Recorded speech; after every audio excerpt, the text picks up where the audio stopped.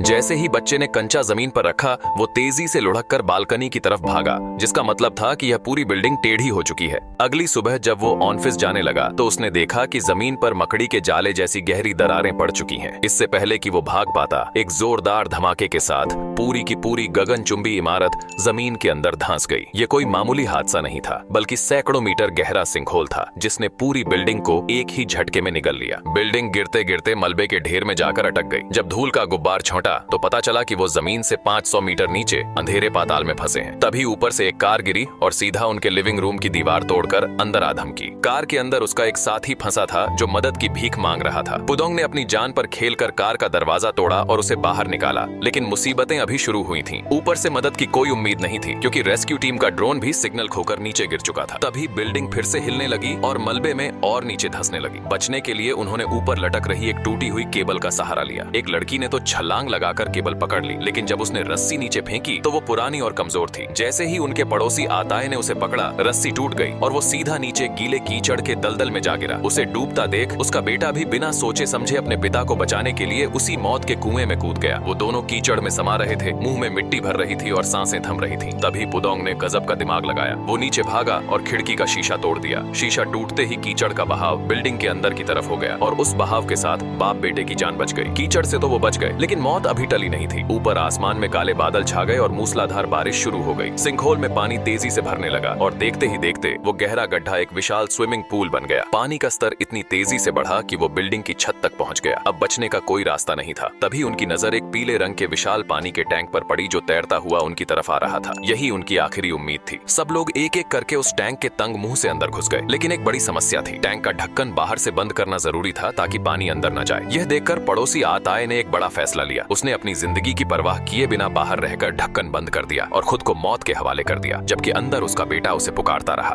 पानी का स्तर बढ़ा और टैंक ऊपर उठने लगा, लेकिन तभी वो मलबे और तारों में फंस गया। अंदर ऑक्सीजन खत्म हो रही थी और टैंक पिचकने लगा था। तभी एक चमत्कार हुआ। बाहर से किसी ने टैंक पर जोरदार लात मारी। वो कोई और नहीं बल्कि आताए था। उसने मलबे में फंसा एक ऑक्सीजन सिलेंडर ढूंढ लिया था और पाइप के जरिए सांस ले रहा था। उसने पूरी ताकत लगाकर टैंक को मलबे से आजाद तो कर दिया, लेकिन इस हाथापाई में टैंक की दीवार में एक लोहे की रॉड घुस गई और छेद हो गया। पानी तेजी से अंदर भरने लगा। एक साथी ने तुरंत अपना हाथ उस छेद में फंसाकर पानी रोका, लेकिन अब टैंक सतह पर पहुंच चुका था और ढक्कन हवा के दबाव से जाम हो गया था। अंदर पानी गले तक आ चुका था। सब डूबने ही वाले थे कि तभी बाहर से आताए ने अपनी बची कुची ताकत लगाकर ढक्कन खोल दिया। आताए की इस बहादुरी के कारण सबको सुरक्षित रेस्क्यू कर लिया गया। गाइस, अगर आप मानते हैं कि हर पिता अपने बच्चे के लिए जान तक दे सकता है, तो कमेंट में लाल दिल भेजना न भूलें।